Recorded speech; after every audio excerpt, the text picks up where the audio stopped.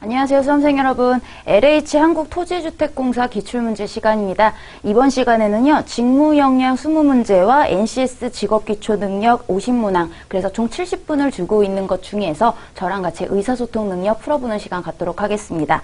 자, 먼저 1회는요, 2019년 5월 기출에 관한 문제입니다. 자, 그러면은 첫 번째 공고문 문제부터 살펴보도록 할게요. 다음 공고문에 대한 설명으로 적절하지 않은 것. 자, 이런 식으로요, LH 같은 경우에는 주택공사와 관련된 이런 공문서들이나 이런 문서들이 많이 출제가 되고 있습니다. 자, 이렇게 항목별로 나뉘어진 것 같은 경우에는요, 항목을 먼저 살펴보시고요, 여기서 얘기하고 싶은 것들 하나하나 어디 항목에 가서 찾아야 되는지 그런 식으로 푸시는 게 빠르게 풀 수 있는 방법이라고 보시면 되겠습니다. 자, 보시면요, 제목이요, 청주 구연초 제조창을 도시재생사업 민간사업자 공모하는 그런 공모문이에요. 공모명이 있고요, 사업 계획으로 이런 것들이 있고요, 신청 자격, 그 다음에 뒤에는 추진 일정, 기타 사항 같은 경우 이렇게 등장을 하고 있습니다. 자, 우리는 틀린 걸 골라야 되기 때문에요, 1번 A부터 살펴볼게요. 재생사업을 통해 오래된 담배 공장이 전시장, 공연장 등으로 리모델링되어 지역민을 위한 문화시설로 보다 확충될 거야. 이렇게 나와 있는데요. 자, 뭐가 들어서는지 그거에 바로 사업 개요에 등장을 하게 되겠죠. 자, 보시면은 기본적으로 처음에 나와 있어요. 구연초 제조창을 도시재생 사업을 하는데요. 어떤 것들을 가지고 있냐? 공예 클러스터들이 있고요. 여기 공연장, 전시장 같은 것들이 있고 그 외에 민간 임대시설들이 있다고 했습니다. 그렇기 때문에 이 내역에 관해서 1번 내용 맞는 것 확인되고요. B를 보시면 공모에 따라 선정된 민간 사업자는 설계, 시공, 민간 임대시설을 운영하게 되는구나 이렇게 나와 있습니다. 자, 요거 같은 경우에도 민간 참여자들 뭐 하는지 한번 살펴봤더니요, 민간 임대시설에 판매 집객시설이 있고요. 여기 아래 봤더니 민간 사업자가 설계, 시공, 민간 임대시설 운영을 하고 있다라고 얘기를 했어요. 그렇기 때문에 민간 사업자가 할 수 있는 것들 여기 2번 찾을 수 있겠고요. 자, C예요. 상호 출자 제한기업 집단에 속하는 임대 운영사에 공모 신청 자격을 부여하며 사업의 안정성을 도모하였나 봐. 자, 그러면은 상호 출자 제한기업에 속하는 얘네들을 살펴봐야 되겠죠? 그러면 이게 자격이 되는지 안 되는지 바로 신청 자격에서 읽어봐야 될 거예요. 사업 신청자는 본 사업의 설계, 시공, 민간 임대시설 운영에 필요한 자격 요건을 가져야 되는데요. 시공사 구성원 전원이 주택도시기금 심사기준 이상이어야 되며 임대 운영사 여기 있네요. 상호 출자 제한기업 집단에 속하지 않아야 한다라고 얘기했어요. 그런데 여기서는 속하는 사람들에게 신청 자격을 부여한다고 했으니 C가 틀린 내용이 되겠네요. 자, 나머지 확인해 볼게요. 사업 설명회 참석 확인을 위해 제출하는 재직증명서는 사업 설명회 개최일 당일 발급해도 되겠네라고 나와 있습니다. 자, 요거 같은 경우에는 개요나 자격이나 일정이랑은 상관이 없는 기타에 해당이 되겠죠? 자, 봤더니요, 사업 신청할 수 있고요. 확인을 위해서 재직증명서를 소지하시기 바랍니다. 그래서 여기가 바로 4번에 대한 내용. 사업이 완료되더라도 청주 구연초 제초장 지구 내에선 대형마트나 백화점을 볼 수 없을 거야. 어떤 게 들어가는지 바로 여기서 확인해 보면 되겠는데요. 도입시설에 얘네는 불허한다라고 나와 있기 때문에 5번의 내용 여기서 찾을 수 있었습니다. 자, 두 번째는요, 다음 자료에 대한 설명으로 적절하지 않은 것 마찬가지로 내용일치 찾고 있는데요. 내용일치 같은 경우에 이런 글이 나온 경우에는 전체적인 내용을 읽기보다 1번부터 5번의 키워드들을 체크하고 읽어나가면 한 번에 읽으면서 우리가 다 찾을 수가 있겠죠. 자, 그러면은 키워드들 먼저 보도록 할게요. 보행 가로변에는 소규모 도서관, 키즈카페 등 주민 편의시설을 함께 설치한대요. 창업 지원 시설을 LH가 직접 공급하며 스타트업 기업이 성장할 수 있는 환경을 조성한대요. 주차 환경, 통합 주차장의 설치 이런 것들 개선 예정이고요. 베드타운화를 해결하고자 자족시설 용지를 확보하여 직주 근접형 도시를 조성. 건축 디자인 관리자 따로 둔대요. 상업지역의 도시 미관 증진이 기대된다. 자, 그래서 이런 주어에 해당하는 키워드가 우선 핵심적으로 보셔야 될 부분입니다. 자, 쭉 읽어보도록 할게요. LH는 기존 도시의 한계점으로 지적되어 온 특색 없는 도시의 모습, 불편한 주차시설, 자족기능 부족 등의 다양한 문제 해결을 위해 3기 신도시를 기존 도시와 차별화된 브랜뉴 시티로 조성할 계획이다. 특색 있는 도시를 만들기 위해 3기 신도시의 상업지역에는 블록별로 건축 디자인 관리자를 지정 도입한다. 자, 관리자 도입한다라는 얘기 5번에 있었죠? BA는 해당 지역에 들어서는 건물의 전체 디자인 설계부터 지역의 명소가 될 수 있는 랜드마크형 건물 건축에 이르기까지 도시 미관 증진 얘기 연결이 됐습니다. 자, 다음 단락. 또한 LH는 소형 상가와 그에 인접한 건축물에 통합 주차장을 설치 유도하거나 비좁은 주차장 출입구를 확대하고 필요시에는 공공에도 직접 주차장을 건설 운영하는 방식으로 바로 주차 공간의 문제 이야기하고 있잖아요. 바로 3번에 대한 내용이 요 3단락에 해당이 되겠네요. 신도시의 자족 기능 부족과 베드타운화 등의 문제 해결을 위해 자족시설 용지를 충분히 확보하여 라고 나와 있네요. 바로 베드타운 해결하고자 시설 용지를 확보한다라는 4번의 내용이 여기 있었고요. 청년층에게 주거 일자리를 함께 제공하는 직주 근접형 도시도 바로 4번에 연결될 수 있는 내용이었죠. 자, 특히 LH는 창업 지원 시설을 직접 건설 공급하여 스타트업 기업이 계속 성장할 수 있는 환경, 바로 2번에 대한 내용이었고요. 또한 지역 공동체 복원 활성화를 위해 마을 기록물 제작 등 가능한 생활 정시관을 조성하고 보행 가로변 여기 있네요. 공동주택 부대 복지 시설을 규모화 집적할 계획이고 공원에 이런 게 들어선다라는 얘기였네요. 그렇기 때문에 1번에 틀린 내용은 마지막에 등장을 합니다. 그렇지만 우리 마지막까지 굳이 1번을 찾지 않더라도 5, 3, 4, 2가 다 있기 때문에 자신 있게 1번을 체크하고 넘어가시는 게 좋겠죠. 자, 이번에도 적절하지 않은 내용입니다. 마찬가지로 1번부터 5번의 키워드를 먼저 살펴보도록 하겠습니다. 기존에 드론이 촬영한 사진은 정확한 면적 측정이 불가능하여 사업지구 관리 또는 기본조사 보조자료 작성에 제한적으로 활용되었다. 기존 촬영 사진이 제한적이라는 것. 측량 정보를 반영한 드론 사진과 지적 도면으로 사진 도면을 만들어 면적 측정과 수량 조사가 가능해졌다. 그래서 새롭게 반영된 사진입니다. LH는 드론과 측량 기술의 융합을 위해 한국국토정보공사와 협업하여 드론을 활용하는 기본조사 시범 사업을 실시하였다. 협업하여 실시했고요. 시범 사업 이후 LH는 모든 사업지구에 대하여 드론 활용 기본조사를 직접 실시할 계획이다. 모든 사업구에 직접 실시. 드론의 즉시 활용이 가능한 업무는 즉시 활용 가능한 업무 16개다. 이런 숫자 같은 것들은 금방 보이니까 체크를 해두시면 편하겠습니다. 자, 그러면 살펴볼까요? LH는 토지, 건물 등 보상을 위한 드론 활용 기본조사 시행 사업을 성공적으로 마치고 전국 보상 현장에 확대 활용한다고 말했다. 당초 드론이 촬영한 사진은 사업지구 관리 또는 기본조사 보조자료의 작성으로 제한적으로 활용이 되었다는 게 바로 1번이 있었죠. 면적 측정이 불가능했기 때문이라고 연결됩니다. LH는 업무 프로세스 혁명의 일환으로 드론 도입을 적극 추진하였다.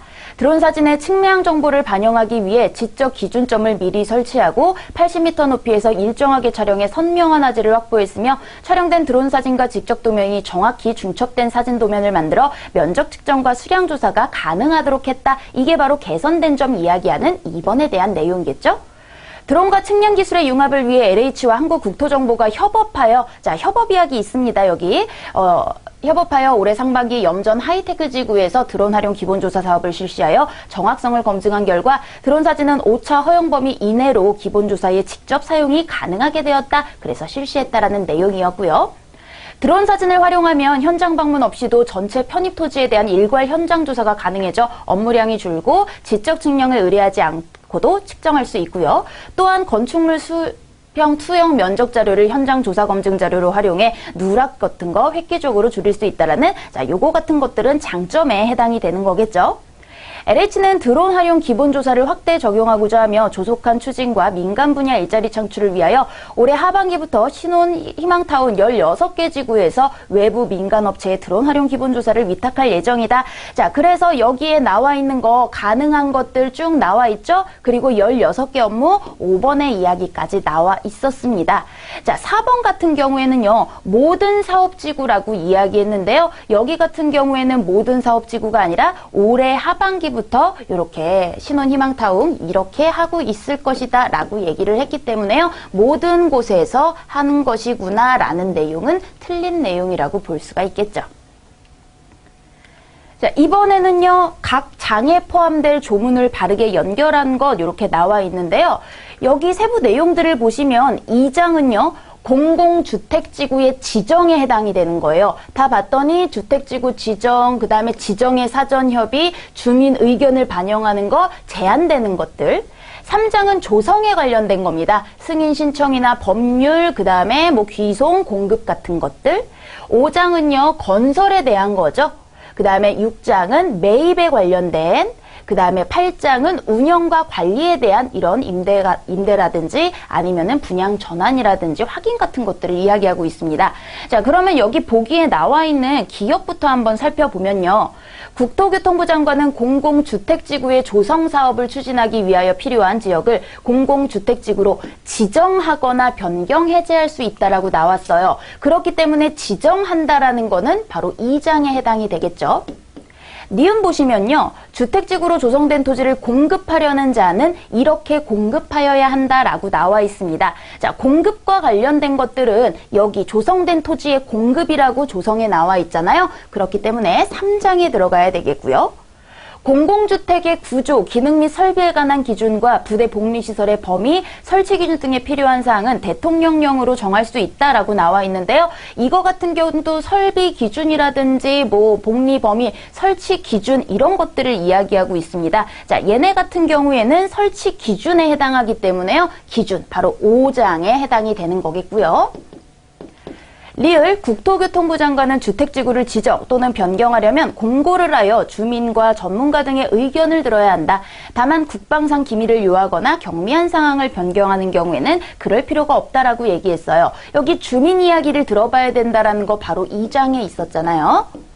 미음 같은 경우에는 공공주택사업자는 주택지구가 지정, 고시된 날부터 1년 이내에 계획을 수립해서 신청을 해야 된다라는 것이요. 자, 계획과 신청에 대한 거, 승인 신청과 지구계획이 바로 3장에 들어있네요. 자, 그러면 여기 연결된 거, 바르게 연결된 거 살펴보면요. 니은과 미음의 3장, 이게 제대로 연결이 됐다라고 볼 수 있네요.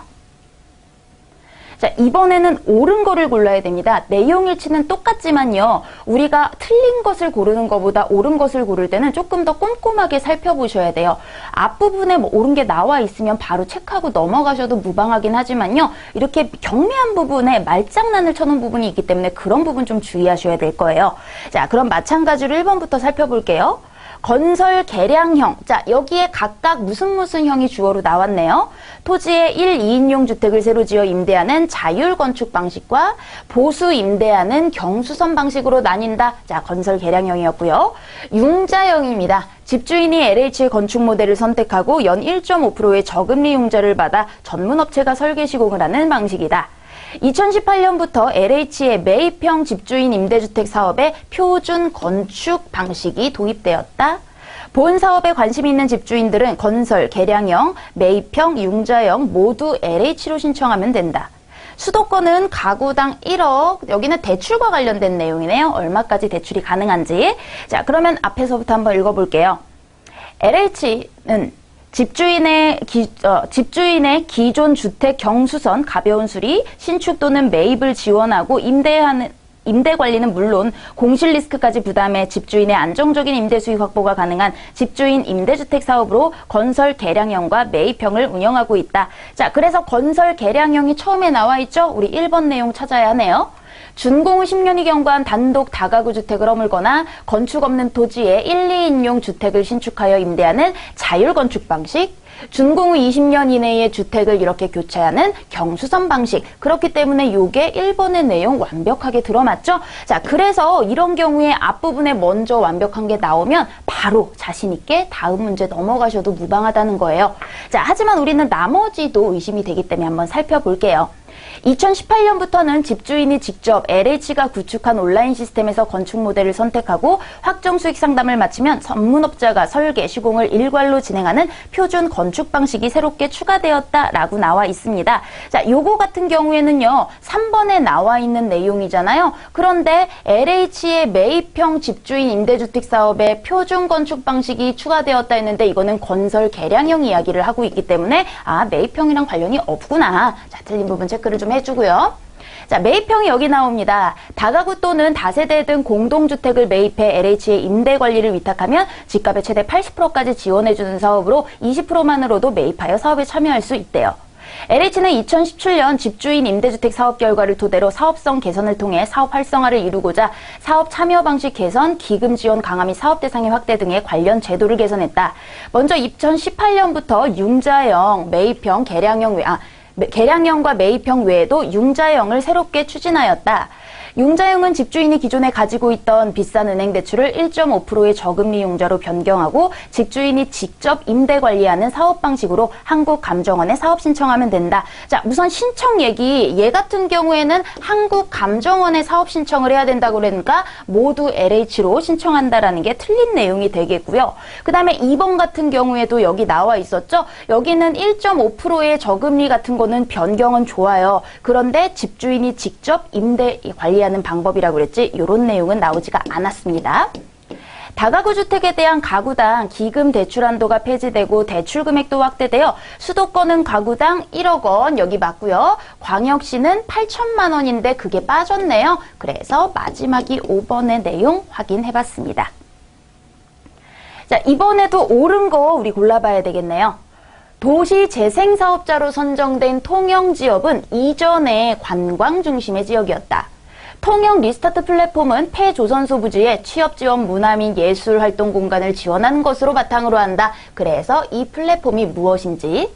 LH는 통영 도시재생 활성화 계획에 가장 많은 금액을 투자하였고요. 국가와 공공의 자본만으로 진행되는 국영사업이다. 국제공모 당선작에는 기존 도크와 크레인을 철거하고 조각작품을 설치할 계획. 폐조선소 부지에는 이런 것들이 신출될 계획이다. 자, 뭐 들어서는지 확인해 보시면 되겠죠. 국토교통부와 LH는 2017년 12월 선정한 도시재생 뉴딜 시범사업지 통영에서 첫 사업으로 통영 리스타트 플랫폼 내부 리모델링에 착수하여 19년 하반기 개소한다고 밝혔다.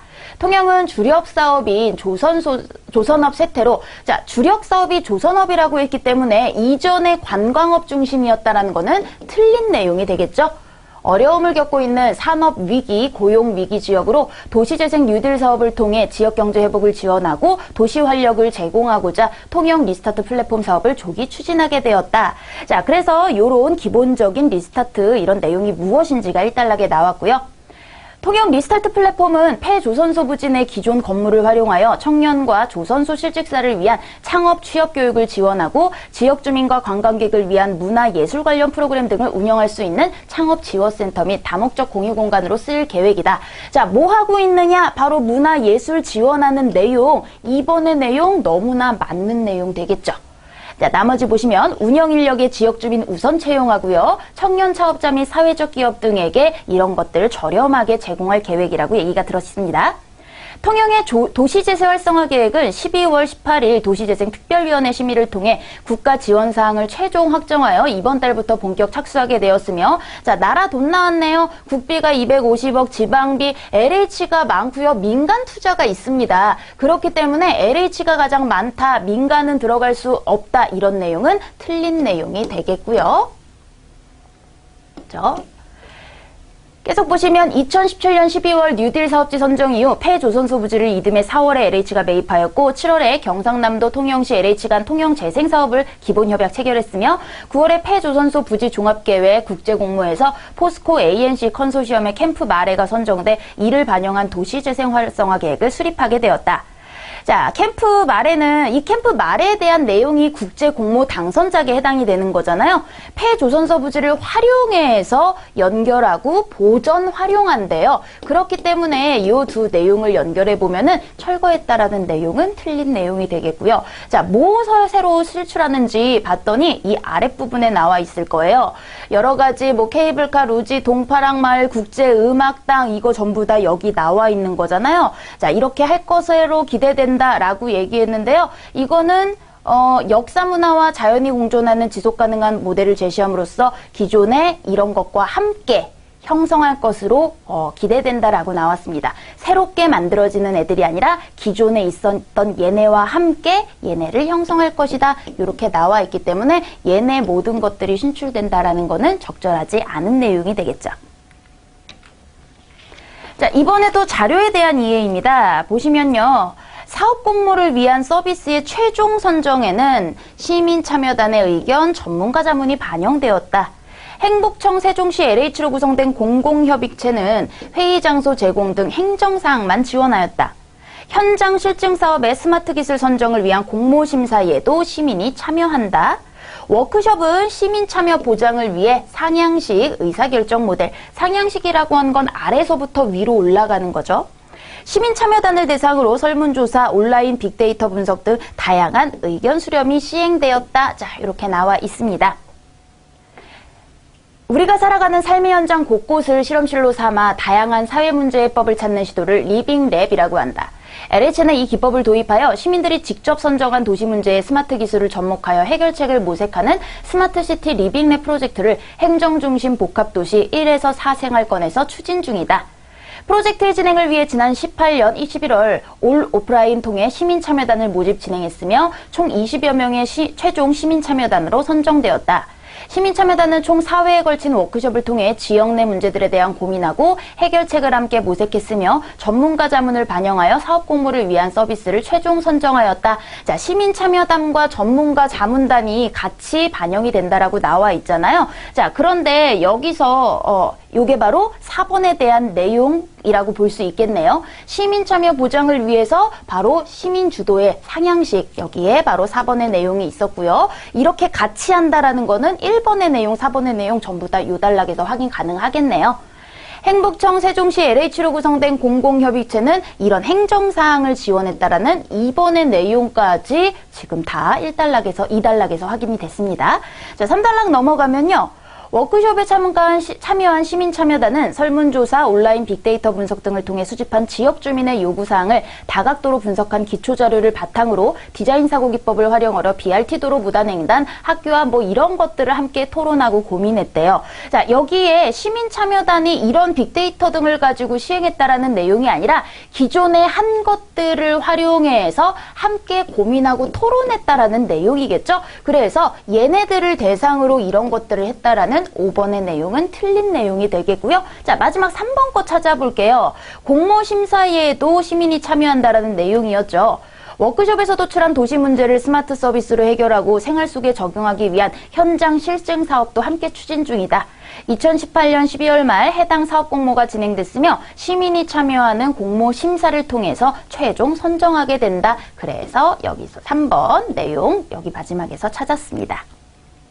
자, 그 다음에는 우리 13번으로 넘어가서요. 의사소통 문제 또 보도록 할게요. 신혼부부 전세 임대표 유형에 대한 이해로 옳은 것 이렇게 나와 있는데요. 마찬가지로 전세 임대표 유형에 대해 설명이 나와 있고 우리는 내용 일치를 찾는 것이기 때문에요. 우리 아래 키워드를 먼저 보고 찾으면 좀 더 빠르게 찾을 수가 있겠죠.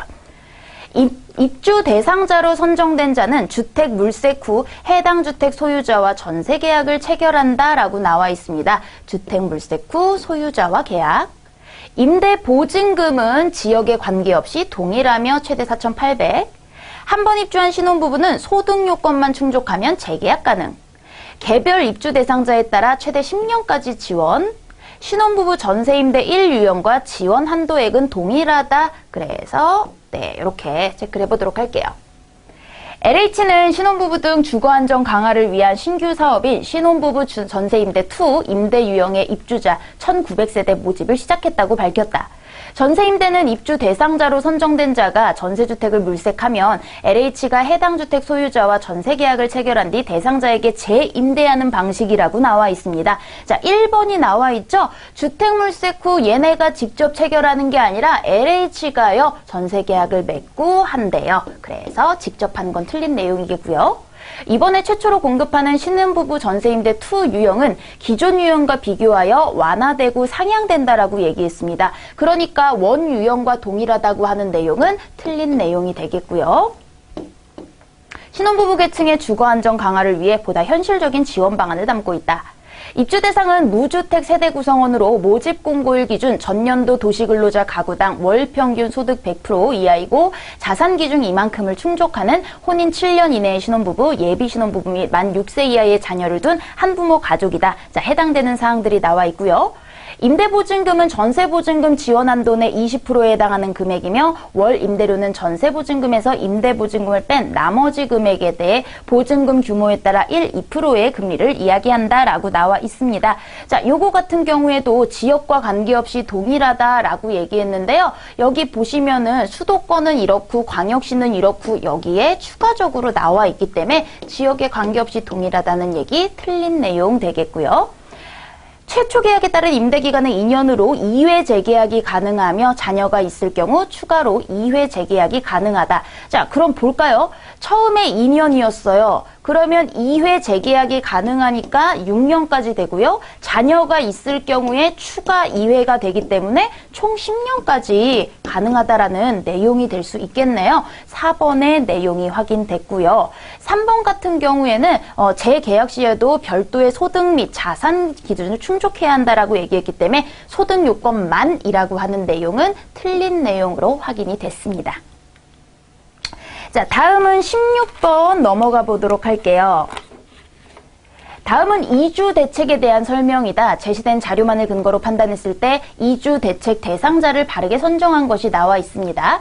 자, 이주 대책은 공공사업 시행지구에 주거용 건축물이 편입돼 생활의 근거를 상실하게 되는 사람들에게 사업 시행자가 기본적인 생활시설이 포함된 택지를 조성하거나 그 지상에 주택을 건설하여 이주자들에게 개별 공급하는 것이다. 자, 대상자가 나와 있는데요. 신청 기준일 이전부터 가옥을 소유하고 계속 거주한 사람이래요. 근데 안 되는 거 무허가라든지 요건에 해당하지 않는 사람은 제외.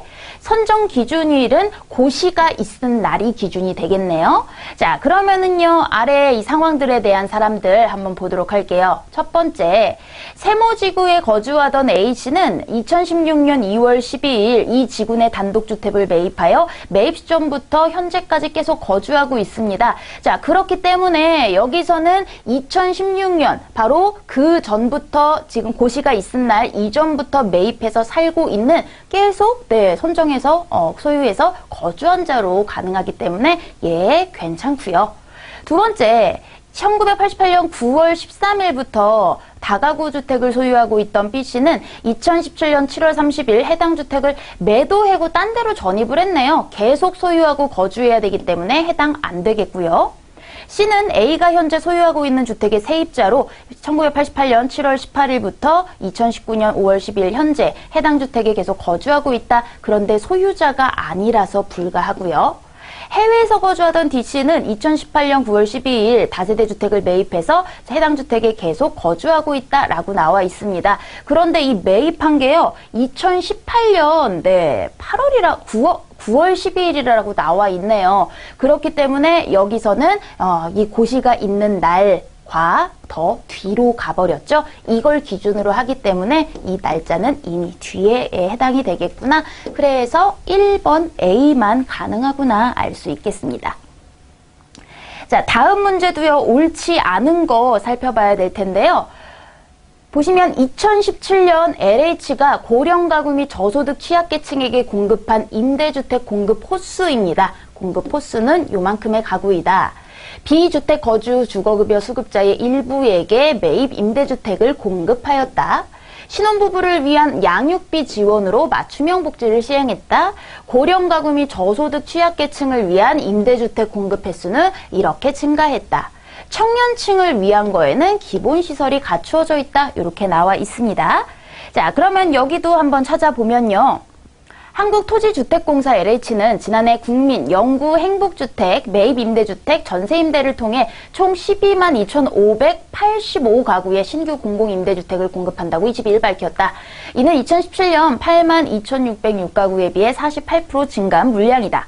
지난해 LH는 국민, 영구, 행복주택 등 건설 임대 5만 4,687가구 입주자 모집, 매입 임대 1만 2만큼, 자, 이렇게 해당하는 수요자 특성을 반영한 다양한 유형의 신규 공공 임대주택을 공급했다.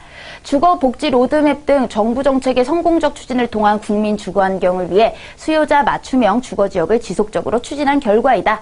자, 구체적으로 나오네요. 소외됐던 이 사람들이 많아졌대요. 소득이 적고 대부분 월세로 거주하는 청년층의 주거비 부담을 덜어주기 위해, 자, 이런 시설이 설치된 거 5번에 대한 내용이었죠. 매입 전세 임대주택을 전년 대비 이렇게 증가한 가구 수. 주거비와 양육비 이중 부담으로 어려움을 겪는 자 신혼부부 이야기였어요. 저렴한 임대료와 공동육아 나눔터 등 보육 시설을 갖춘 행복주택과 10년 임대가 가능한 신혼부부 매입 전세 임대주택도 전년 대비 142% 이렇게 증가했다라고 이야기를 했습니다. 자, 그런데요, 여기서 양육비 지원으로 맞춤형 복지라고 얘기했는데 양육비를 지원해주는 게 아니라 양육비의 부담을 겪는 신혼부부를 위해서 저렴하게 보육시설을 갖춘 이런 것들을 제시해 준 거겠죠. 그렇기 때문에 틀린 내용은 이렇게 구할 수 있겠습니다. 자, 계속 볼게요. 고령가구 및 저소득 취약계층을 위한 주거지원, 바로 1번에 4번에 있었던 내용이었죠. 돌봐줄 일손이 부족하여 어려움을 겪었던 1, 2인 가구의 고령자도 안전하고 편안하게 거주할 수 있도록 여러 가지 안전 편의시설을 설치한 임대주택을 전년 대비 106% 증가된 이만큼, 저소득 취약계층의 주거안정 지원을 위해서도 18%가 이렇게 증가됐다라고 이야기를 했습니다. 자, 그래서 여기서 증가된 내용, 우선 4번의 내용, 네, 확인이 됐고요. 우리 2017년보다 어떻게 늘어났는지 2018년 거를 하려면 1번 같은 경우는 계산을 좀 해봐야 되겠네요. 여기서 살펴보면은 106%와 18% 증가됐다라고 얘기를 했죠. 자, 그러면은 우리 106% 증가한 것들을 살펴보면은 106%라고 하는 거는 2배가 되고 100%가 추가가 되고 6%가 더 들어간 거기 때문에 요거를 구체적으로 우리가 소수점으로 이야기하면 2배의 0.6, 그죠? 요만큼 된 게 5,822가구가 된 거고, 그 다음에 전년 대비 18%가 증가했으니까 18%가 증가됐다라는 거는 100% 되고 18% 더 증가됐으니까 1.18 요렇게 돼서 64,113가구 요렇게 돼야 되겠죠? 자, 그래서 요거대로 우리가 계산을 해 봐야겠네요.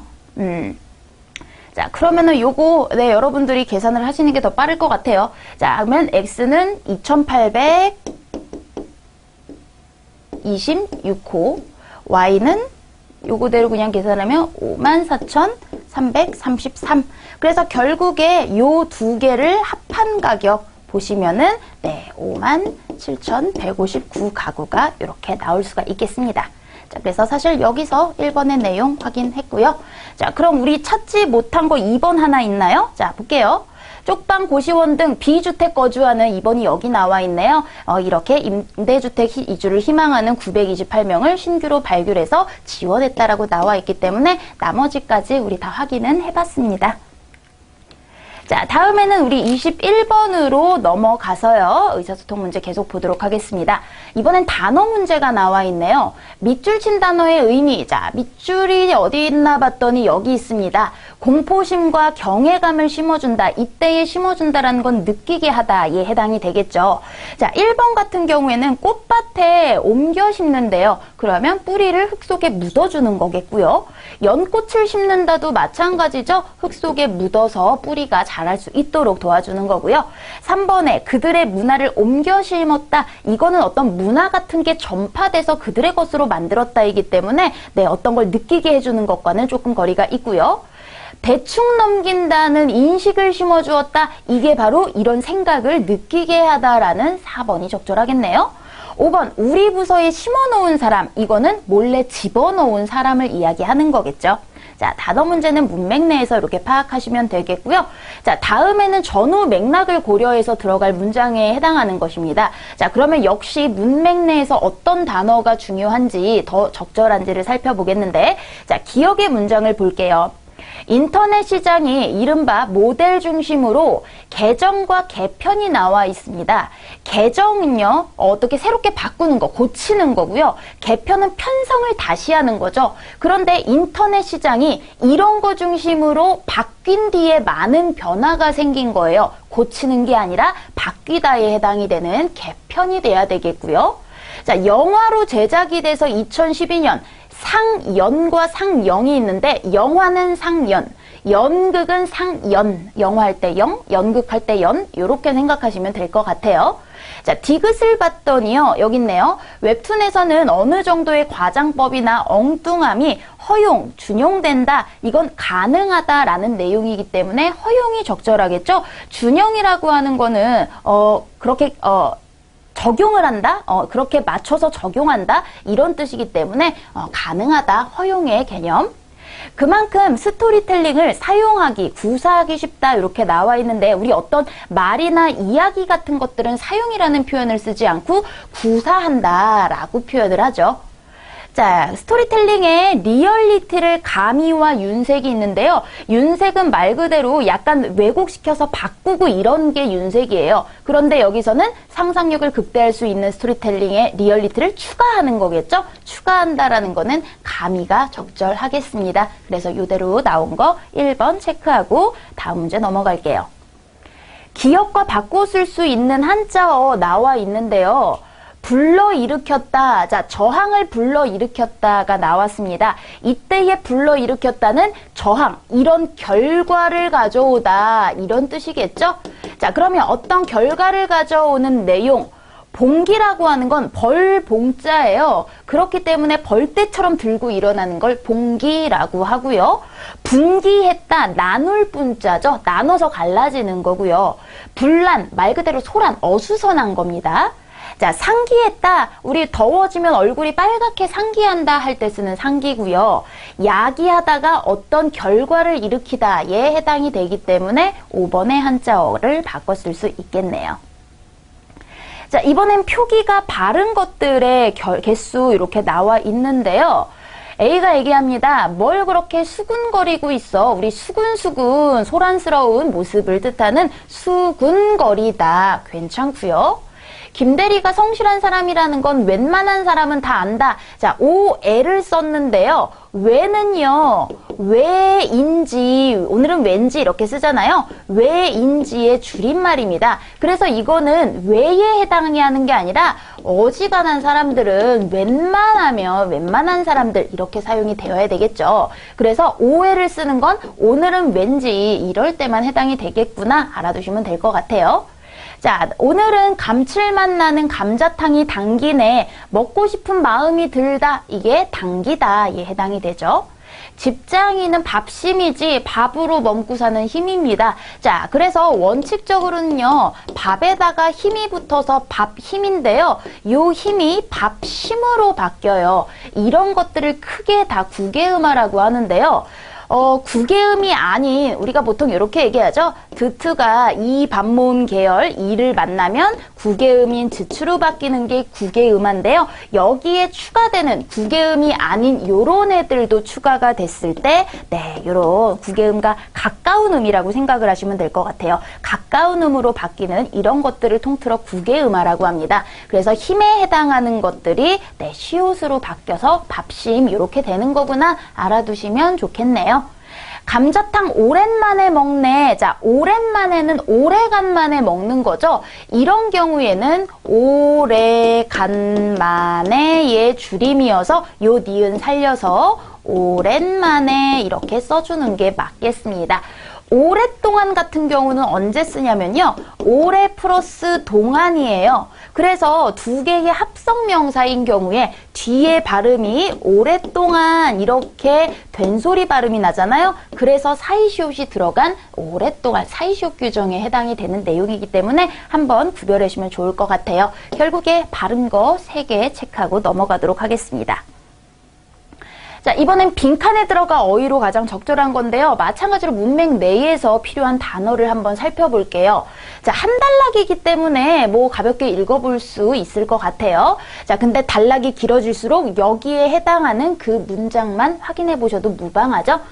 정부 정책이 추구하는 궁극적 목표는 국민의 행복 추구이다. 개인의 행복을 결정하는 요소는 매우 다양하다. 여러 가지 경제적, 여러 가지 사회적 조건 모두가 결정한대요. 나아가 인간관계 등의 개인적, 주관적 감정 역시 행복에 영향을 미친다. 자, 행복에 영향을 미치는 요소들. 따라서 정의합니다. 국민의 행복 증진을 위해서는 먼저 행복에 대한 무슨 이해에서 벗어나야 한다라고 얘기했어요. 앞에서는 여러 가지 요소가 다양하다. 이 요소는 주관적 감정 같은 것들까지 다 포함한다. 그렇기 때문에 행복에 대한 어떤 앞에서 얘기했던 이런 것에서 벗어나서 어떻게 해야 된대요? 소득 불평등에서는 가장 실제적인 요소이고 정부의 목표가 행복의 증진이라면 소득 불평등 해소를 위해 구체적 방향을 모색해야 된다. 벗어나야 되는 내용과 반대되는 내용이 뒤에 실제적이고 구체적인 방향으로 이끌어 나가고 있죠. 그렇기 때문에 요것과 반대되는 의미를 우리 아래서 골라야 될 거예요. 구체적이고 실제적인 눈에 보이는 이런 것과 대비되는 게 바로 머릿속에만 있는 관념적이고 추상적인 그런 단어가 되겠습니다. 자, 다음 문제 보시면 건설기계 산업의 전망에 해당하지 않는 것, 그렇기 때문에 우리 이 전망들을 확인하면서 읽어보면 될 건데요. 어쨌든 맞는 거 틀린 거 고르는 거기 때문에 내용일치를 기본으로 삼아서 아래에 1번부터 5번 골라보도록 할게요. 건설 현장의 인적 안전사고를 감소시킬 수 있다. 무인 건설기계의 운영이 현실화됨에 따라 단순 건설 인력은 감소. 건설기계 부품 공급 시장은 기존 업체와의 경쟁이 치열해질 것이다. 인구 고령화로 인해 적정 노동인구가 부족해진다 하더라도 무인화로 인구 부족을 극복하다. 스마트 건설기계 제조업체와 스마트 건설 솔루션 제공업체 간 제휴가 활발히 진행될 것이다. 자, 이 정도 나와 있습니다.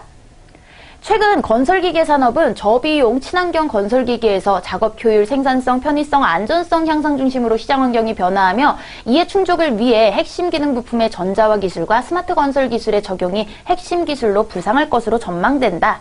스마트 건설을 달성하기 위해서는 기계식 건설기계에서 스마트 건설기계로의 전환이 요구된다. 이를 위해 연결성 확보, 완성차의 지능화, 핵심 기능의 전자화가 필수로 요구된다.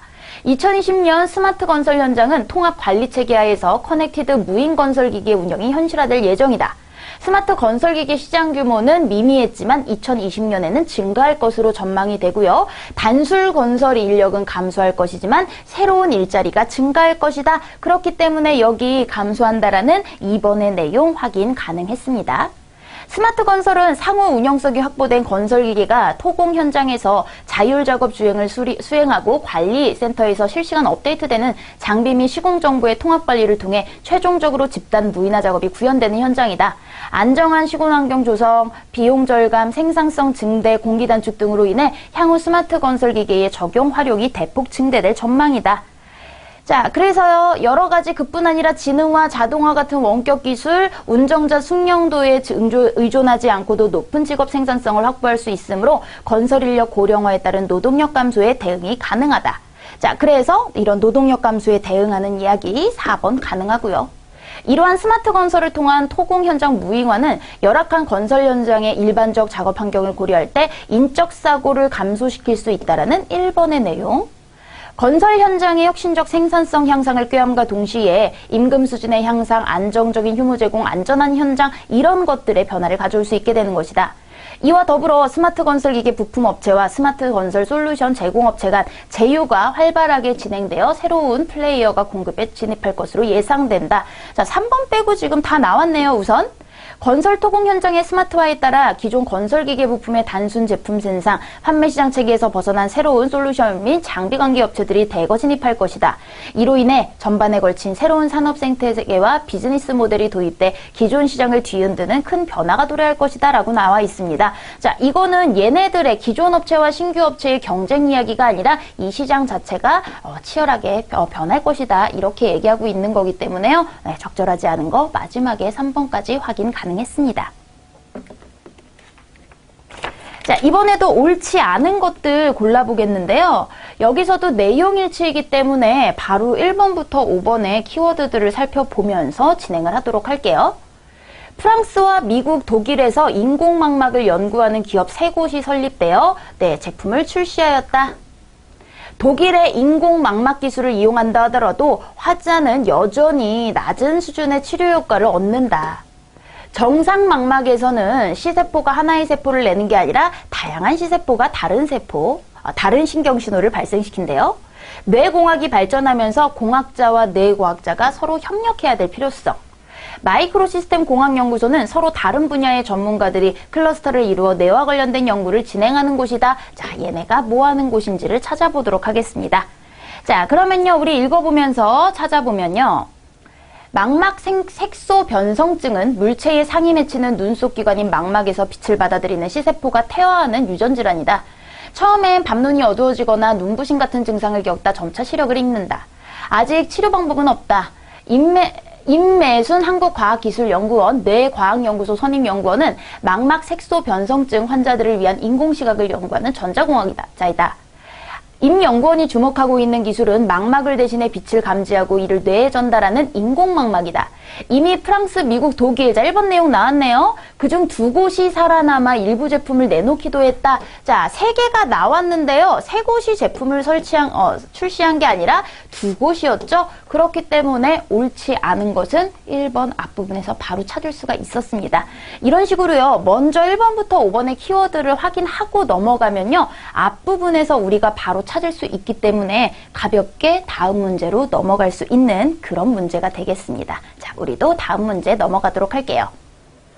다음 글에서 필자가 궁극적으로 이야기하고자 하는 것이라고 나와 있는데요. 필자의 생각, 궁극적인 내용 이런 것들은 전부 다 주제 찾는 문제예요. 그렇기 때문에 이 세 단락을 읽고 가장 중요한 것 혹은 얘가 가장 강조하고 싶은 내용을 포괄할 수 있는 이런 내용을 고르시면 되겠네요. 자, 그러면 1단락부터 우리 중심 문장 뭔지 찾아가면서 읽어보도록 하겠습니다.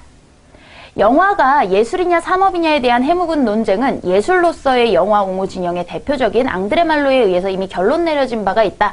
자, 처음 화제는 영화가 예술이냐 산업이냐에 대한 거예요. 근데 결론이 뭐예요? 분명 예술이지만 그에 못지않게 산업적 특성도 지닌다. 둘 다랍니다. 영화는 그 기획, 제작, 배급의 모든 연결고리에서 예술성과 사업성 간의 균형 있는 운영을 요구한다.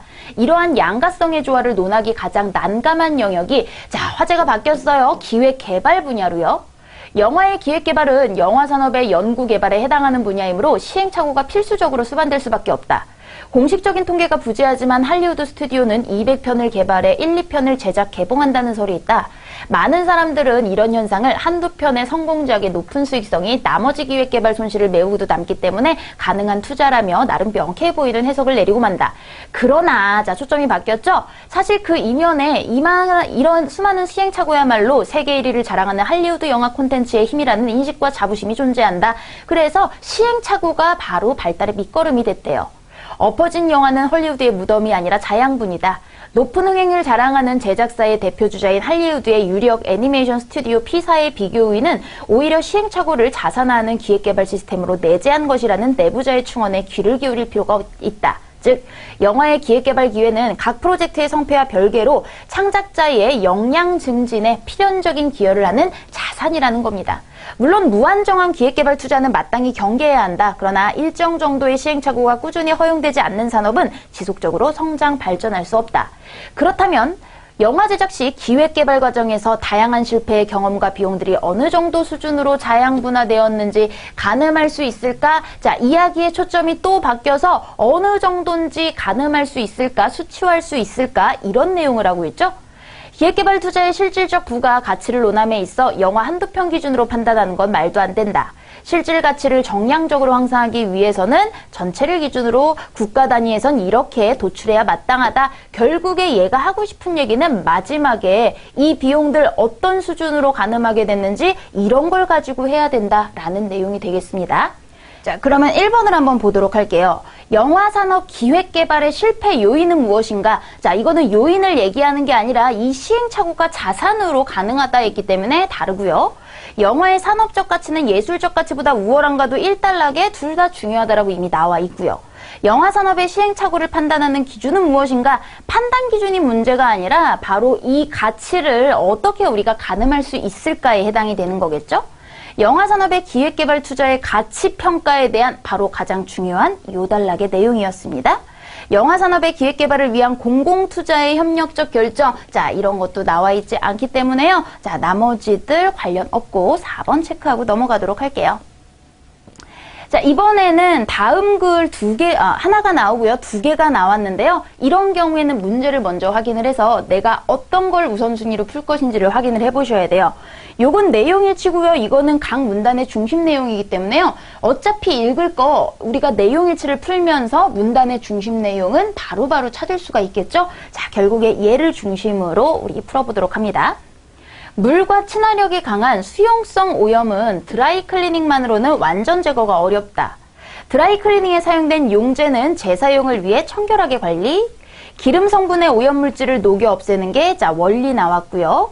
물을 사용하지 않으므로 모나 견 세탁에 유리하다. 드라이클리닝한 세탁물은 용제 성분이 사라진 뒤에 입는 것이 좋다. 이렇게 나와 있습니다. 자, 틀린 거를 골라가면서요. 우리 중심 내용 하나하나 확인해 보도록 할게요. 가봅니다. 전문 세탁소의 세탁이 가정에서 하는 세탁과 다른 점은 물빨래가 아니라 대개 드라이클리닝으로 세탁을 한다는 것이다.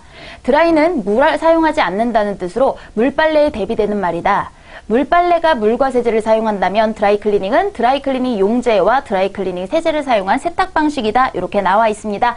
자, 그러면 1번 드라이클리닝이 뭔지에 대한 정의 물을 사용하지 않는다는 뜻이고 이런 세탁 방법이다. 자, 중심 내용 적절하네요. 드라이클리닝은 물 대신 드라이클리닝 용제를 일반 세제 대신 드라이클리닝 세제를 이용해 세탁한다. 드라이클리닝 세제가 섞여있는 드라이클리닝 용제가 세탁조 안으로 들어가 의류와 함께 회전하면서 세탁이 이루어진다. 극성이 없는 드라이클리닝 용제를 사용함으로써 기름 성분의 오염물질을 녹여 없앨 수 있고 물을 사용하지 않으므로 쉽게 손상되는 모나 견섬유 세탁에 유리하다. 자, 그렇기 때문에 여기에 모견 세탁에 유리하다라고는 4번의 내용 등장했고요.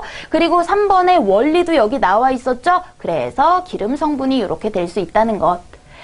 자, 그래서 같은 부피의 물과 드라이클리닝 용제 무게를 비교하면 훨씬 물이 무거우므로 드라이클리닝의 경우 드럼이 돌 때 세탁물이 떨어지며 가해지는 힘이 매우 적기 때문에 의류 변형이 작다. 그래서 드라이클리닝의 원리, 장점 이런 것들이 그대로 나와 있습니다. 달을 보시면 드라이클리닝은 19세기 중반 한 프랑스인이 등유가 떨어진 테이블보가 깨끗하게 되는 걸 관찰한 것이 출발이 되었다. 초기 드라이클리닝 용제로 사용한 것은 테레빈유, 벤젠, 나프타 등이었다. 이런 용제는 인화성이 커 화재 또는 폭발 위험이 높아 사고가 빈번했기 때문에 28년 이보다 인화성과 악취가 적은 스토다드 용제가 개발되었다. 1930년대 중반 퍼크로라고 불리는 퍼크롤로 에틸렌을 드라이클리닝 용제로 사용하기 시작했다. 퍼크로는 안전하고 불에 타지 않고 동시에 강한 세척력을 가지고 있어 뛰어난 용제로 인정받고 있다. 그러나 퍼크로는 국제암연구소에 의해 발암물질로 구분돼 있어서 이런 작업장의 노동자가 증기에 노출돼 중독된 사례가 보고된 바 있다. 또한 드라이클리닝에 한 번 사용된 용제는 비교적 고가이므로 청결하게 관리해서 재사용할 수 있다라는 2번의 내용 여기서 확인 가능했습니다. 자, 그래서 다단락도 보면은요, 기원이 나와 있었죠? 20년대, 30년대 이렇게 된 내용들, 기원과 변천에 대한 내용까지 다 맞겠고요. 라의 드라이클리닝 용제는 무극성이므로 땀이나 악취 등 물과 친화력이 높은 수용성 오염물질과 친화력이 매우 낮아 쉽게 제거할 수 없다. 수용성 오염을 없애고 세탁 효율을 높이기 위해 사용하는 첨가제는 드라이소프라고 하는 드라이클리닝 세제이다. 드라이클리닝 세제는 물에서 친수성 부분 섬유와 오염물질을 향하고 소수성 부분이 드라이클리닝 용제 방향으로 향하게 되어 용제와 오염물질이 반응할 수 있도록 섞어주는 역할을 함으로써 보다 효과적으로 오염물질을 제거하게 해준다. 물빨래에서 사용하는 비누의 역할과 같다라고 나와 있습니다. 자, 그래서 안 되는 것도 있지만 이렇게 드라이소프라고 하는 것들을 넣어서 친수성 용액들도 할 수 있다라고 나와 있기 때문에 1번의 내용이 틀린 거구나 확인이 됐습니다. 자, 여기서는 드라이클리닝 세탁에 한계가 나와 있는데 한계가 나와 있지만 수용성을 없앨 수 있는 거에 대해서 추가적으로 나왔기 때문에 한계 단락이라고 볼 수는 없겠죠. 자, 마지막 단락이에요. 드라이클리닝 세척 후 탈용제 단계에서는 빠른 속도로 세탁조를 회전시켜 빨랫감에 남아있는 용제를 제거한 후 건조를 시킨다. 가끔 세탁소에서 받았을 때 특유의 냄새가 나는 경우가 있는데 이는 미량의 용제가 남아있으므로 며칠간 통풍이 잘 되는 곳에 둬라. 바로 5번의 내용이었고요. 이후에 세탁물 취급법 역시 맞는 내용입니다. 자, 한번 쭉 읽으면서 우리 두 문제 같이 해결할 수 있었습니다. 자, 이번에도 두 문제가 연결이 돼 있습니다. 자, 첫 번째 문제는요, 문단의 중심 내용이고요. 두 번째 같은 경우에는 윗글을 바탕으로 이거를 해석한 내용이기 때문에 우리 앞에 나와 있는 단락별 중심 내용들을 먼저 살펴보고 추가적인 문제들 풀어보도록 할게요. 가 한번 볼까요? 가격 인상을 위한 농산물 정책의 부작용 이야기래요. 정부와 공공기관은 수요 공급의 조절이 어렵고 가격 변동이 크게 발생하는 농산물 가격 안정을 위하여 다양한 수급 안정 사업을 실시하고 있다. 하지만 정책적의 사업 분석에 의하면 유통비용이 과다하게 발생되고 채소류 가격이 크게 변동하는 등의 문제점이 여전히 해소되고 있지 못한 상황이다. 문제점을 구체적으로 살펴보면 다음과 같다라고 나와 있습니다. 자, 이거는요, 수급 안정성을 실시하고 있지만 그게 아직 문제다라고 얘기하는 거지 가격 인상을 위한 정책의 부작용이라고 볼 수가 없겠죠. 그래서 1번부터 틀렸고요. 자, 2번은 변동폭이 확대됐다. 이만큼 상승했고요. 이렇게 2배 상승했고 변동폭이 확대되고 있는 추세이다. 바로 확인할 수 있고요. 다 같은 경우에도 유통 과정 개선을 통해 비용 절감입니다. 여기에 유통비용 차지하는 비용을 감소시켜야 할 필요가 있다라고 얘기했으면서 도매 시장을 경유하는 경우와 그렇지 않은 경우 소요되는 내용들, 그래서 개선에 도움을 줄 수 있는 유통비에 관련된 내용 괜찮고요. 자, 정책 제안을 나에서 했대요. 성과 개선을 위해서 이런 점에 유의하여 정책을 수립하여야 된다. 효과적인 정책 방안은 첫째, 둘째 이렇게 나와 있기 때문에 얘도 괜찮겠고요. 효율적인 지원과 예산 조정의 필요성이 마지막 단락이래요.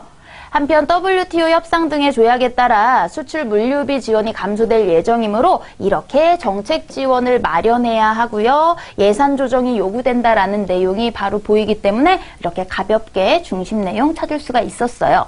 자, 그럼 두 번째 한번 볼게요. 기역과 니은을 해석한 내용으로 적절하지 않은 건 나와 있는데요. 1번을 볼까요? 기역의 자료를 참고했을 때 무예 수급이 불안정함을 알 수 있다 나와 있는데요. 봤더니 연도별 가격 변화 봤더니요. 최고 가격과 최저 가격의 차이가 점점점 늘고 있습니다. 이게 바로 수급 불안정의 내용이 해당이 될 수 있겠고요. 기역을 보면 무예 도매 가격 최고가와 최저 가격의 차이가 점점점 벌어지고 있다라는 꺾은선 그래프 해석 가능하고요. 도매 시장을 경유하는 농산물의 유통비용은 니은 전체 농산물 평균 유통비용 비율보다 더 크다는 점을 알 수 있다라고 나와 있습니다. 자, 요거 같은 경우에는요, 우리 여기 나와 있잖아요. 도매 시장을 경유하는 경우 45.8%가, 그 다음에 직접 경우에는 41.5%가 이렇게 나와 있기 때문에 도매 시장을 경유하는 유통비율의 비율 45.8은 니은의 농산물 평균 유통비용보다 더 크다. 요거 두 개 비교해 주는 거겠죠. 맞는 표현 되겠고요. 니은의 농가 수치 비율은 직접 경로를 통하는 경우 그 비율이 늘어날 수 있으며 그 이유는 유통 경로가 축소돼서 유통비용이 낮아지기 때문이다. 자, 이렇게 유통비용이 요만큼이 드는데 유통비용이 낮아지면은 당연히 농가 수치 비율이 더 늘어날 수 있다라는 얘기겠고요. 니은에 제시된 자료를 보면 우리나라 농산물 유통비용 비율 조사 기간 중 꾸준히 낮아지고 있다는 점에서 자, 볼까요? 꾸준히 낮아지는 거는 아니죠. 살짝 올라간 적도 있었어요. 그렇다고 신유통결로가 활성화된다라는 거를 이것만 가지고는 알 수도 없기 때문에 조사 기간 꾸준히 낮아지고 있다는 점 완전 틀린 내용으로 확인 가능했습니다. 자, 이번에도 두 문제가 연결이 됐는데요. 내용 이해가 하나 나왔고요. 그 다음에 기역과 니은에 들어갈 말이 연결돼서 나와 있습니다. 자, 그러면요, 우리는 먼저 내용 이해를 보고 기역, 니은이 나오면은 그때 요거를 한번 풀어보도록 하겠습니다. 사람은 태아 시절 모체의 자국 내에서 세균과 접촉하여 면역 체계를 갖춘다. 박테리아와 바이러스는 전파 경로가 다르므로 예방법도 다르게, 미생물을 단시간 내에 제거하는 방법인 소독은 살균과 멸균으로 구분한다. 모든 세균이 인체에 악영향을 미치는 건 아니다. 바이러스는 생물체 중에 가장 하등에 속한다. 자, 이 정도 우리 체크해보고요. 읽어보도록 하면요. 세균의 사전적 의미를 살펴보면 생물체 가운데 가장 미세하고 가장 하등에 속하는 단세포 생물체이다. 자, 이건 세균의 의미죠. 바이러스가 가장 하등에 온다라고 이야기하는 게 아니었습니다. 그래서 5번의 내용, 이건 적절하지 않고요. 일반적으로 단세포로 이루어져 활동하는 미생물을 총칭하며 박테리아라고도 부른다. 모양에 따라 둥근 모양의 구균, 긴 막대 모양, 나선형 등으로 나눌 수 있다. 구균 중에는 사슬 모양으로 늘어난 이런 애들도 있고요. 나선형 중에는 이런 익숙한 이름들. 박테리아와 자칫 혼동되기 쉬운 바이러스는 박테리아보다 훨씬 작고 생물과 무생물의 중간 형태를 띠고 있다. 독감 바이러스, 메르스 바이러스 등을 예로 들 수 있다. 사람의 몸에도 세균이 살고 있다. 일반적으로 사람의 몸속에 사는 세균 수는 사람 몸을 구성하는 전체 세포의 수보다 많다. 성인 기준으로 몸에 있는 세균의 질량을 모두 합하면 2kg, 이 중에 장이 1kg래요. 그중 나머지는 다른 신체기관에 분포하면서 영양소의 흡수, 알레르기를 비롯한 면역 반응, 생체 내 환경의 산성도 조성 등 여러 가지 영향을 미치고 있다라고 얘기했어요. 그렇기 때문에 세균이 이렇게 필요한 점이 있구나. 그래서 적절한 거 우리 앞부분에서 4번 구할 수 있겠죠. 무균 상태인 자궁에 머물던 태아는 분만 과정에서 세균들과 접촉하면서 면역 체계가 생긴다라고 했습니다. 모체 자궁에서 생기는 게 아니라는 거예요. 이것을 세균 샤워라고 부르기도 한다. 2003년 세계적으로 사람들을 놀라게 했던 사스 사건 이후 사람들은 병을 일으키는 병원균의 심각성을 더 확실하게 인지하기 시작했다. 그 여파로 마스크나 세정제, 살균 소독제 같은 위생용품 수요가 급증했고요. 물론 사스는 세균이 아니라 세균보다 수백 배 작고 생물과 미생물의 중간적인 행동을 보이는 바이러스, 그중에서도 사람에게는 감기나 백탈, 조류나 포유류에서는 이런 변종 때문에 일어난 병이랍니다. 하지만 박테리아나 바이러스는 오염된 음식, 공기 또는 직접 접촉을 옮겨진다는 공통점이 있으므로 살균을 통해 이런 것을 예방하자는 인식이 확대됐다라고 얘기했습니다. 그렇기 때문에 공통점이 있기 때문에 살균을 통해 라고 했어요. 그래서 다르게 적용하자라는 2번의 내용도 틀렸구나 알 수 있겠죠. 살균이란 미생물의 물리적, 화학적 자극을 가해 단시간에 제거하는 것으로 살균하는 대상이 완전히 하는 멸균, 무균 상태에 이르게 하는 소독으로 구분한다. 살균을 멸균과 소독으로 나뉜다. 이렇게 얘기했기 때문에 요거는 요 자체가 나누는 자체가 틀린 내용이 되겠죠? 자, 이렇게 우리 1번부터 5번에 맞는 거 틀린 것들을 다 확인을 해봤고요. 기억과 니은에 들어가는 거 한번 요 기억 단락을 보도록 할게요. 앞문장부터 한번 볼게요. 균의 종류와 살균 목적에 따라 여러 가지 방법을 사용할 수 있다. 기억인 살균법은 물체를 직접 접촉시켜서 태워 없애는 이런 것들이래요. 그러면 직접 없앤다 라고 얘기하는 거에서 간접적이라든지 화학적인 방법은 아니죠. 직접 태우는 거니까요. 전부 다 굽고 오븐에 넣고 이러고 있어요. 그래서 틀린 것들을 확인을 해봤고, 니은해 봤더니 소독, 과산화수소, 액체의 화학물질을 사용한다고 이야기했습니다. 그렇기 때문에 화학적으로 이야기를 하는 거구나. 그래서 광범위한 영역에서는 이렇게 효소제, 기체, 이런 항생제 등을 이용한다라고 얘기를 했어요. 그렇기 때문에 우리 화학적이 들어가는 거는 요거 3번밖에 없겠네요. 자, 그래서 두 문제 해결을 해봤습니다. 자, 다음 문제도 두 문제 연결이 돼 있는데요. 첫 번째는 예술에 대한 필자의 관점이 나왔고요. 두 번째는 기억에 대한 설명이기 때문에 이 문제 같은 경우에는 기억이 나오면은 바로 풀어보도록 하고요. 우리는 필자의 관점, 전체적인 내용 파악이 가능하기 때문에 이 내용을 먼저 확인을 해보고 그리고 문제 임하도록 하겠습니다. 자, 예술 역시 과학과 같이 진리를 담을 수 있는 지적 활동이다. 예술의 교육적 기능은 지적, 감성적, 도덕까지 수행한다. 예술작품을 이행하려면 표층이 아닌 숨겨진 의미를 파악할 수 있어야 한다. 예술작품은 그것을 감상하는 사람에게 정신적 충격을 줘서 새로운 것으로 바라보게 한다. 예술작품은 개념화된 사고를 통해 세계를 재구성하며 창작되고 이틀을 통해 작품을 감상하여 새로운 측면을 바라볼 수 있게 한다. 자, 그래서 필자의 관점과 부합하는 것, 부합하지 않는 것 살펴보도록 하겠습니다. 한편의 위대한 소설을 읽었을 때 혹은 훌륭한 연극을 보았을 때 우리는 정신적 충격을 경험한다. 문학이나 연극이 우리의 마음을 끄는 이유는 바로 정신적인 충격, 바로 4번에 대한 내용이겠죠? 도스토옙스키의 죄와 벌을 읽은 후 혹은 셰익스피어의 리어왕을 관람한 후 우리는 알아왔던 세계가 뒤바뀌는 경험을 가질 수 있다. 그것들이 세계를 새롭게 볼 수 있게 하고 새롭게 느낄 수 있게 하고 그래서 바로 우리를 개발시키는 4번의 내용이었습니다. 예술작품을 만드는 과정에서는 물론 그것을 감상할 때도 우리에게는 사물현상이나 그 밖의 복잡한 도덕 문제, 삶의 의미 등에 대한 민감한 지성이 요구된다. 한 폭의 그림은 도식적으로 식별할 수 없는 선이나 감각에 대한 인식을 촉구하며 한 편의 소설, 시는 누구나 쉽게 알고 있는 사전적 의미가 아닌 언어가 갖는 특수한 의미의 뉘앙스를 파악할 수 있는 심오한 지적 능력을 요구한다.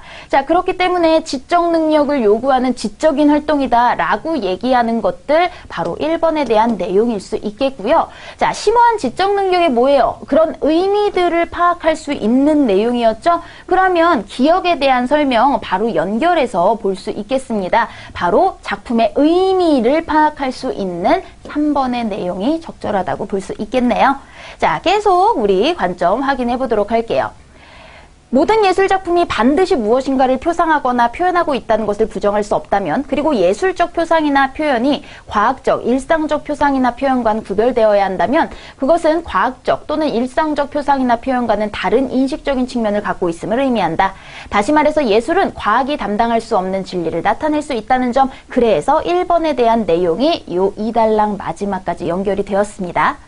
만약 과학적 표상이나 표현은 현상에 대해 극히 투명한 의식을 바탕으로 하고 그래서 그만큼 쉽게 이해될 수 있다면 예술적 표상이나 표현은 보다 덜 투명한, 따라서 보다 더 세밀한 직접 능력을 요구한다고 봐야 한다. 이런 관점에서 볼 때 예술가 자신들은 물론 일반적으로 우리들이 믿고 있는 생각, 즉 예술은 과학이나 일상적 방법으로 나타낼 수 없는 진리를 보여주며 그런 진리를 표상하거나 표현하고 있다는 생각에는 충분한 근거가 있다.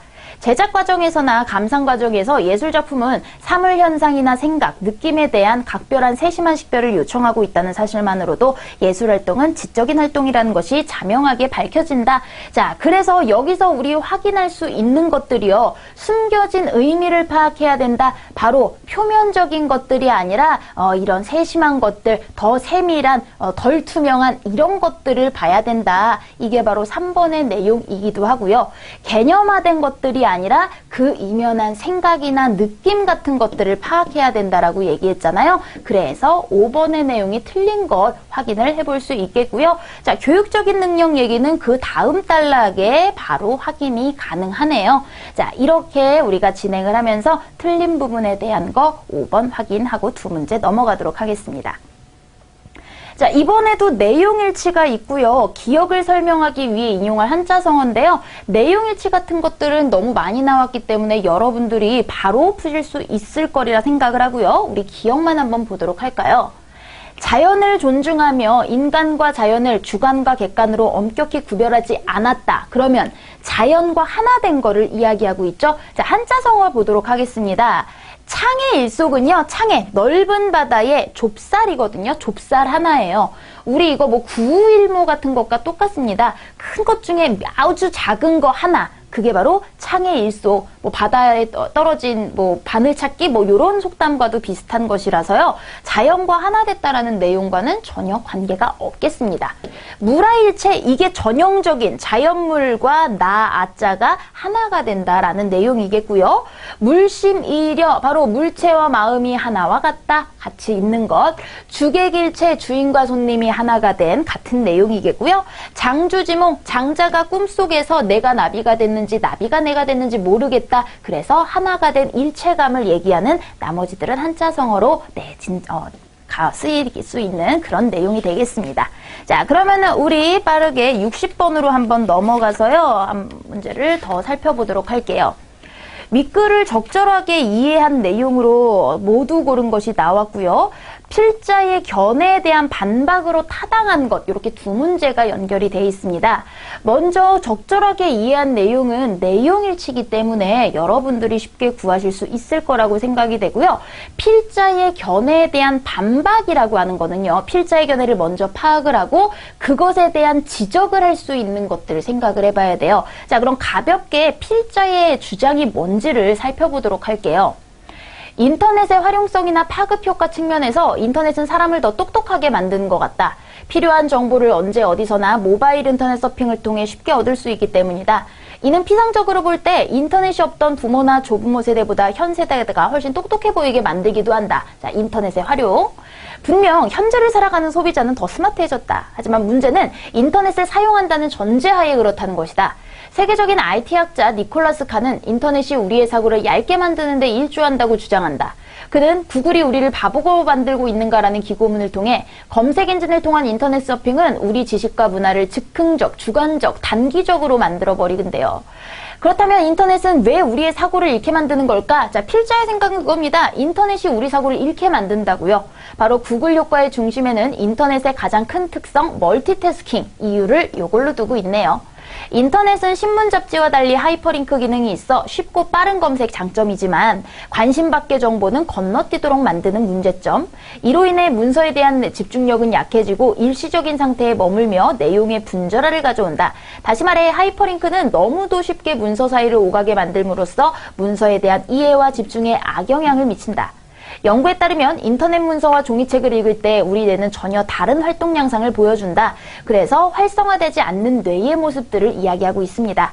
인터넷에 접속하면 우린 모든 걸 얻을 수 있다고 생각하지만 동시에 이런 의존성이 커진다. 그래서 부정적인 이야기를 하고 있어요. 인터넷이 우리의 사고를 잃게 만든다는 게 핵심이라면 반박을 한다면 아니야. 인터넷이 생각을 잃게 만드는 게 아니야. 그냥 인터넷일 뿐이야. 이런 식으로 얘기를 하면 되겠죠.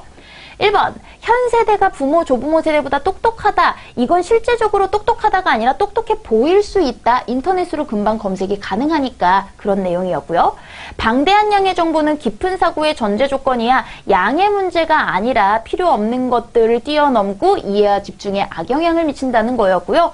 정보를 받아들이는 방식의 문제이지 인터넷 자체, 매체의 문제는 아니야. 그래서 인터넷이 바보를 만드는 게 아니야. 우리가 받아들이는 방식이 문제가 있을 뿐이지. 그래서 반박 괜찮겠고요. 오래 기억할 수 없는 정보와 사고에 관련된 내용은 나온 적도 없고요. 이거는 오히려 긍정적으로 얘기하고 있기 때문에 반박이라고 볼 수가 없겠습니다. 자, 그럼 또 뛰어넘어서요. 67번, 8번 여기 마지막 문제로 한번 보도록 할게요. 참가기업 공모에 대한 내용입니다. 그래서 적절한 의견이 아닌 것, 요거 같은 경우에도 하나하나 우리가 따져봐야 되겠는데요. 사업 개요가 나왔고요. 참가 자격, 신청서 접수와 관련된 그 다음에 선정 절차와 유의사항 등이 나와 있습니다. 자, 그러면은 A부터 한번 살펴보죠.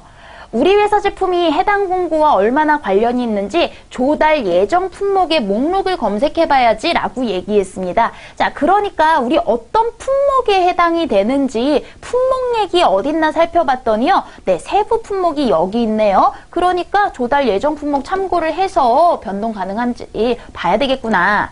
B는요, 제품 소개하는 영문 자료를 만들어야 된대요. 자, 이거는 참가 자격이고요. 신청서 접수, 선정 절차고 유의사항에 대한 것들 살펴봤더니 납품 가능, 그 다음에 다에 있네요. 영어로 카탈로그. 우리 회사는 기존에 나라장터에 입찰 참가 등록한 적이 있으니 참가 신청서를 다시 제출할 필요는 없군. 자, 나라장터에 참가 등록을 한 적이 있다라고 했습니다. 자, 요거는 참가 자격을 먼저 볼까요? 바로 나라장터에 등록한 자, 기존 등록자는 이 등록을 생략하는 거지 그렇다고 신청서를 낼 필요가 없다라는 건 아니죠. 신청은 여기다가 해야 된다라는 거예요. 어떤 기준을 충족하면 입찰에 더 유리한지를 따져봐야 되니 평가 기준 자료를 살펴봐야 되겠구나. 자, 평가 기준 자료들 그러면은 신청 접수가 여기 나와 있고요. 제출 서류가 여기 있네요. 여러 가지 증빙 서류들, 그 다음에 평가 기준에 대한 이런 기준들 먼저 확인할 수 있겠고요. 참가 신청서 외에도 서류가 필요하다는 점, 여부가 활용한 뭐 선정 여부라든지 이런 것들이 확인이 되어야 된다라고 얘기했기 때문에 바로 증빙 서류에 대한 제출 서류 여기서 찾을 수가 있겠습니다. 자, 두 번째 문제도 마찬가지예요. A씨가요, 이 공고문을 바탕으로 참가 문의를 하는 민원에 응대를 합니다. 잘못된 거예요. 참가 신청을 하고 싶습니다. 인터넷 제출이 어려운데요. 자, 응답 1이에요. 직접 방문 또는 우편이 가능하다라고 얘기했어요. 자, 그럼 신청서 접수 볼까요? 여기에 네, 직접 우편 접수가 가능하다. 괜찮고요. 서류 준비 중에 품질 보증 증명서를 제출하는데 서류의 원본을 제출해야 되나요? 원본을 제출해 주셔도 좋고요. 사본도 된대요. 근데 다르지 않다라는 표시가 필요하다라고 얘기가 나와 있죠. 자, 그렇기 때문에 우리 제출 서류에 여기 있네요. 증빙 서류, 그 다음에 기한 내 사본일 경우에는 이렇게 제출해야 합니다. 민원 3입니다. 진단용 시약 전문인데요. 언제부터 납품해야 하는지 궁금합니다. 납품일자는 아직 정해지지 않았지만 신청일 기준으로 납품이 가능해야 합니다. 이렇게 이야기를 했습니다. 자, 그러면은 여기는 조건에 해당이 되는 거겠죠? 자, 여기서 해당이 되는 것들은 여기 있네요. 신청일 기준으로 바로 납품이 가능해야 된다라고. 올해 10월부터 해당 제품을 생산해 11월부터 수출할 예정입니다. 신청해도 될까요? 해외 업체에 수출한다고 해서 불이익이 가진 않습니다. 신청서에 수출 계획서를 써서 작성하여 제출해 주시면 되겠습니다. 라고 얘기를 했습니다. 자, 봤더니요. 여기에 카탈로그뿐만 아니라 해당 제품의 해외 수출 실적을 반드시 밝혀야 된다라고 얘기를 했어요. 그런데 아직 올해 10월부터 해서 11월부터 수출할 예정이라고 얘기했기 때문에 실적이 없기 때문에 불가하다라고 이야기를 해줘야 되겠죠. 민원 5번째요. 미비 서류 제출하는 거예요. 신청 내에 제출하시면 됩니다. 마감 이후에는 안 돼요. 그래서 신청 시간 내에 잘 지켜야 된다라고 하는 여기에 해당이 되겠죠. 기한 내에 제출되지 않으면 무효 처리된다.